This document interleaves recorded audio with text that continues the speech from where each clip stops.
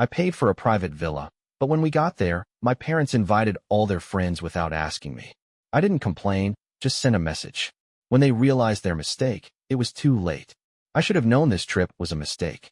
The second I stepped inside the villa, I felt it, the shift in the air, the suffocating weight of familiarity. The expensive marble floors, the ocean breeze drifting through the open terrace doors, the laughter, all of it felt wrong. And then I heard them. I swear, his job is the biggest scam I've ever seen. My father's voice rang out over the chatter. Imagine getting paid a fortune to just sit and click buttons all day. Laughter. Loud, hearty, humiliating. I froze in the doorway. He's always buried in those screens, my mother added, sipping from her wine glass. No wonder he never had a girlfriend. A man should use his hands for real work.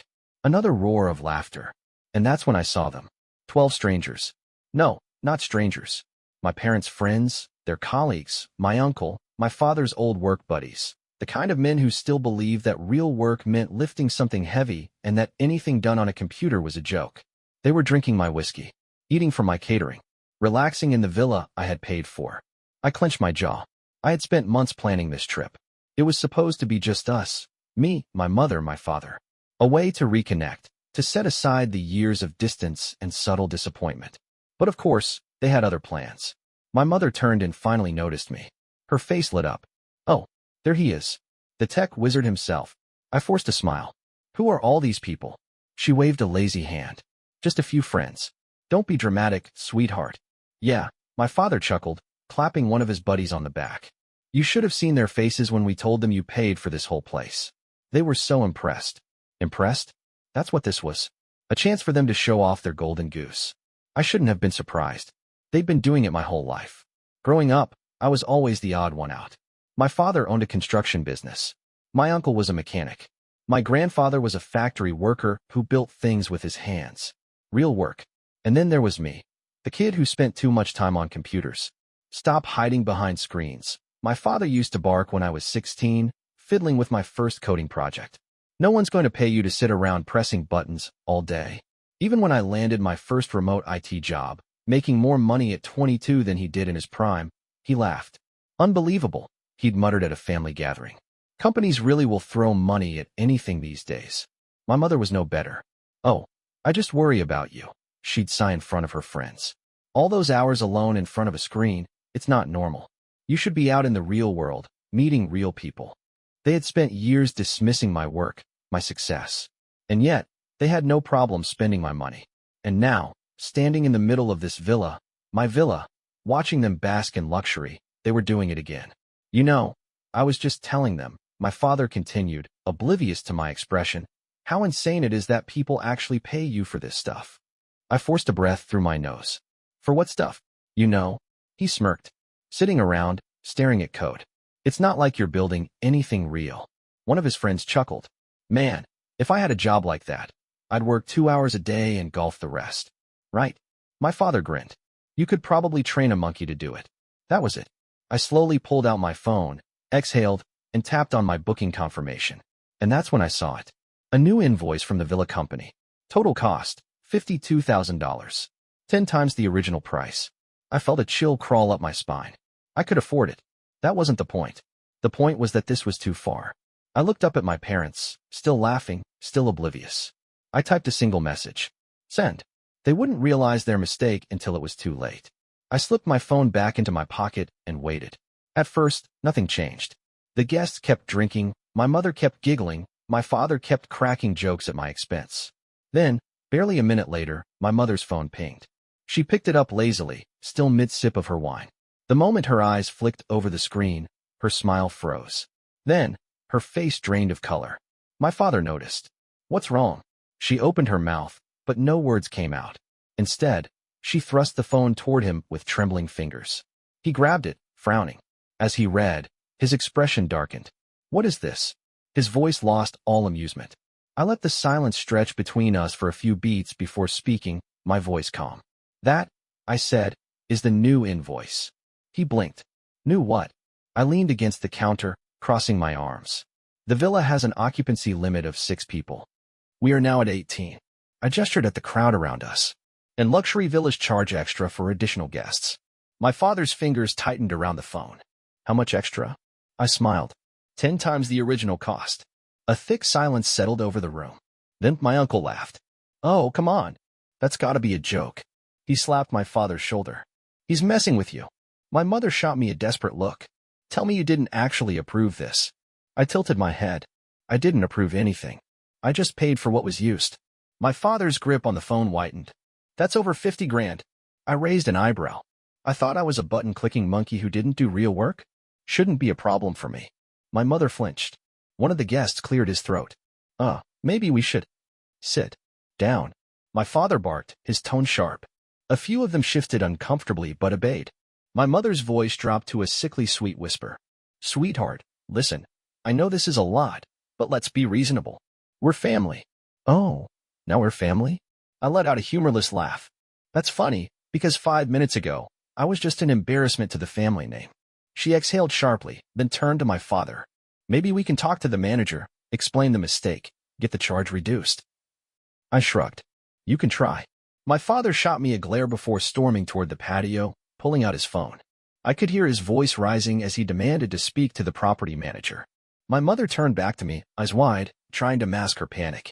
Honey, be reasonable. You know we didn't mean anything by those jokes. Didn't you? I raised an eyebrow. Because you've been saying the same things for years. She opened her mouth, but I cut her off. You know what's funny? You've spent so much time making fun of my job. But when it came time to book this trip, when you wanted luxury, comfort, expensive food, drinks, and private beaches, suddenly my money was good enough. Her lips pressed together.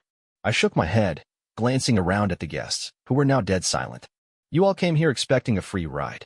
I don't know if my parents told you they were covering everything, or if you just assumed. I let out a short laugh. Either way, you're all about to learn a very expensive lesson. The front door swung open. My father stormed back in, red-faced. They won't waive the charges, he growled. They said we should have read the policy. Oh, you should have. I nodded. Because I did. His eyes snapped to me. You knew. I smiled. Of course I knew. He stared at me like I was a stranger. And you let this happen? I shrugged. You let this happen. I gestured at the entire situation. I planned a trip for 3 people. You invited 12 extra. You assumed I'd just foot the bill, like I always do. His jaw clenched. So what now? You're just gonna let this charge go through? Not exactly, I said, pulling out my phone again. I already made alternative arrangements. My mother's voice turned sharp. What do you mean? I tapped the screen twice. Send. Check your email. She did. And then I watched her face shatter. She turned to my father, horrified. He canceled our booking. My father snatched the phone from her hands, I scanning the email in disbelief. This says we have to vacate the villa by noon tomorrow. That's right. I slipped my phone back into my pocket. I rebooked it. For myself. My mother's face twisted. You wouldn't. I would. She let out a nervous laugh. But where are we supposed to go? All the hotels around here are booked. That sounds like a you problem. My father's hands curled into fists. You think this is funny? Leaving your own family stranded? I met his glare without flinching. You left me stranded years ago. Silence. No more laughter. No more mockery. Just the slow, dawning realization that they had pushed me too far. For once, I was the one holding the power. I grabbed a glass of whiskey from the table, my whiskey, and took a slow sip. Then I turned to my parents, my voice calm, my message clear. You should start packing. The clock on the wall read 10:47 p.m. It had taken me exactly 4 minutes to turn their dream vacation into an absolute nightmare. Outside, the waves crashed softly against the shore, but inside the villa, there was nothing but silence. Heavy. Uncomfortable. The guests sat frozen, wine glasses in hand, caught mid-laughter. My mother looked pale. My father's jaw was clenched so tight his temple twitched. They weren't laughing anymore. This is a joke, right? My uncle let out a weak chuckle, looking around for reassurance. I took a slow sip of my whiskey. Victory tasted smooth. No. My father's eyes narrowed. For the first time in his life, I think he realized I wasn't just the golden ATM he had raised. Son, be reasonable. This is your family. How could you do this to us? Oh, I'm the bad guy now? I raised an eyebrow. You didn't think about me when you filled my villa with freeloaders. But it's just money. My mother snapped, desperation creeping into her voice. You're rich, aren't you? What's the big deal? There it was. Even now, they didn't get it. Oh, it's just money. I let out a cold chuckle. Great. If money's not a problem, you pay for it. I pulled out my phone, opened the invoice, and held it up. We're at $52,000 now. Since everyone here is living the high life, let's split the bill. I turned to the guests, gesturing casually. That's about $4,000 per person. Should be easy, right? My father's face hardened. My mother nearly dropped her wine glass. What? You heard me. A few guests shifted uncomfortably. I could see it now. They didn't have the money. All right, I shrugged. If you can't pay, you pack your things. You can't just kick us out, my mother gasped. I tilted my head. Why not? The villa manager confirmed that I rebooked the place. It belongs to me for the next 3 weeks. My father's face was turning red. You knew? He asked slowly, voice dangerously low. I gave him a lazy smile. Of course. He stared at me like I was a stranger. And you just let this happen? You let this happen? I shot back, gesturing around the room. I booked a vacation for 3 people. You brought a dozen extras. You assumed I'd just cover everything. Well, what do you expect us to do now? My mother cried. All the hotels are booked, eh? Not my problem. My father's hands curled into fists. You think this is funny? Leaving your own family stranded? I met his glare, unwavering. You left me stranded years ago. Silence. No more mockery, no more jokes. Just the slow, dawning realization that they had pushed too far. I took another sip of my drink, savoring the moment. You should start packing. By the time midnight rolled around, the villa was a complete disaster zone. This is insane. We won't find a hotel at this hour. How are we supposed to get home? They ran around like headless chickens, making frantic phone calls, searching for any available rooms. But me? I just sat back and enjoyed the show. One by one, the guests started leaving, dragging their suitcases behind them. My uncle, his face twisted in rage, turned to me at the door. How are we supposed to get back? I gave him the same carefree shrug he had given me earlier when laughing at my career. You didn't ask me when you came. Why should I care how you leave? He muttered a string of curses under his breath and stormed off into the night. And then, finally, it was just me and my parents. My mother's face was streaked with tears. My father stood stiffly by the door, hands clenched into fists. You'll regret this, he said, voice dangerously low. I smiled. Maybe. I took another sip of whiskey. But not tonight. And with that, I closed the door in their faces. The door shut with a satisfying click. For the first time since I arrived, silence filled the villa. No mocking laughter, no patronizing voices, no entitled demands. Just me. Alone. And I had never felt better. I strolled back to the bar, poured myself another drink, and stepped onto the balcony. Below, my parents stood on the driveway, their luggage at their feet. My mother paced, frantically tapping on her phone. My father stood rigid, staring out at the ocean, his fists clenched so tight his knuckles turned white. They were trapped. No hotels. No spare rooms. No easy way home. I let out a slow breath. For years, I had let them walk all over me. I had funded their expenses, tolerated their condescension, laughed off their mockery. And they had never once thanked me.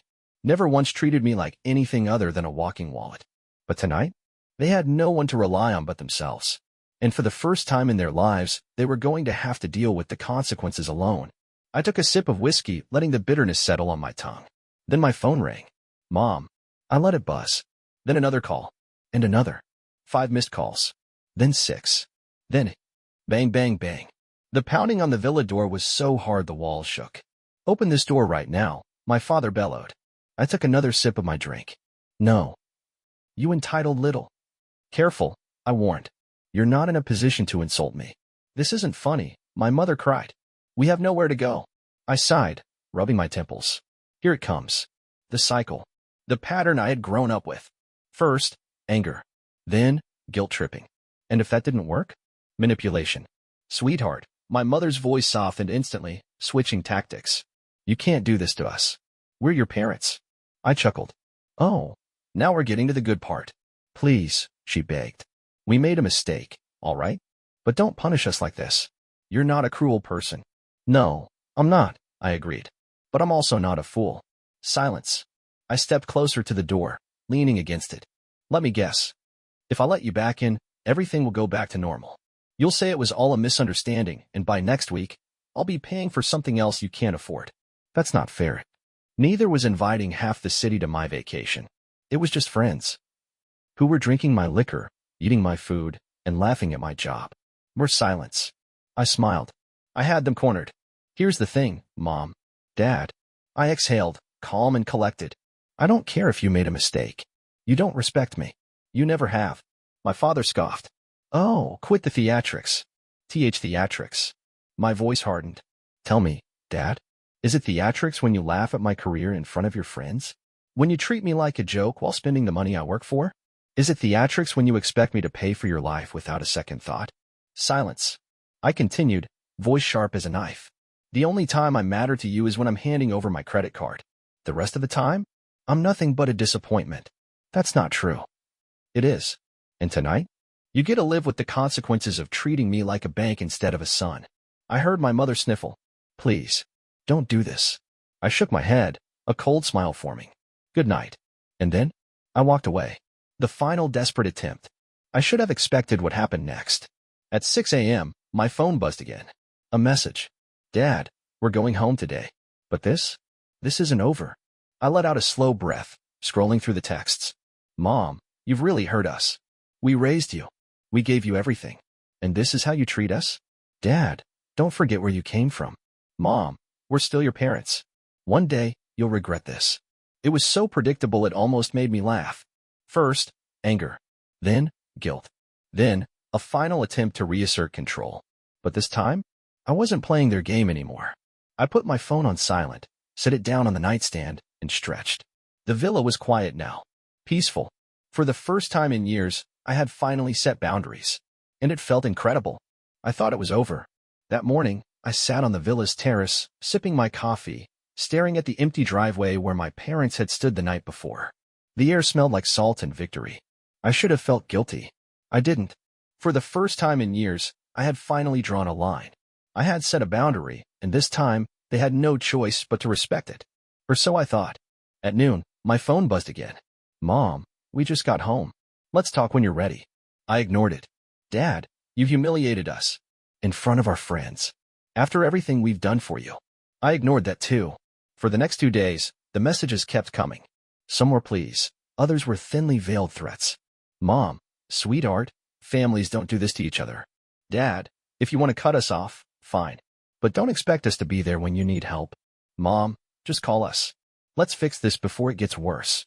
And then, at 8:36 a.m. on the third day, I got a call from my boss. Hey, he said, his voice hesitant. Just wanted to check in. Your parents called our office this morning. I nearly dropped my coffee. Excuse me. Yeah. Said they were concerned about your mental health. That you've been acting irrationally, making impulsive financial decisions. They wanted to know if everything was okay at work. I stood up so fast my chair nearly toppled over. You've got to be kidding me. Nope, my boss said, sighing. Look, I told them we don't discuss our employees' private matters, but you might want to handle this before it escalates. My hand shook as I ended the call. They had gone too far. I had expected manipulation. I had expected guilt tripping. But this was a direct attack on my career. I took a deep breath, opened my phone, and typed. Me, you crossed a line. Don't ever call my workplace again. Mom, we were just worried about you. Me, no. You were trying to destroy my job because I stopped paying for your life. This is the last time I speak to either of you. Dad, don't be dramatic. Me, watch me. And then, I blocked them. Their numbers. Their emails. Their social media accounts. For the first time in my life, I cut them off completely. 1 month later. It was strange at first. For years, my life had been dictated by their needs. My finances, my time, my energy, all of it had gone toward making their lives easier. Now, there was silence. No messages. No sudden financial emergencies. No guilt tripping. Just me, living for myself. I moved. A different city, a different apartment, a fresh start. I threw myself into my work, picked up old hobbies I had abandoned. For the first time in forever, I wasn't waiting for the next call asking for money. It felt freeing. Until the inevitable happened. The last message. 2 months after I cut them off, I got an email. From my mother. I almost deleted it without reading. But something made me pause. I opened it. Subject. I'm sorry. The message was short. I don't know if you'll ever speak to us again. I don't blame you. But I want you to know. I regret everything. We were wrong. I was wrong. And now, I finally understand. We took you for granted. We thought you'd always be there. And now we've lost you. Your father won't admit it, but he knows too. He just doesn't know how to say it. I don't expect you to forgive us. I just hope One day, you'll be able to look back and remember us as something other than what we became. No matter what, we love you. That was it. No request for money. No attempt to manipulate me. Just an admission of defeat. I stared at the screen for a long time. Then I closed the email. I didn't reply. Not because I hated them. Not because I wanted revenge. But because, for the first time in my life, I finally understood something. Love doesn't mean tolerating disrespect. Family doesn't mean financial servitude. And sometimes, walking away is the only way to be free.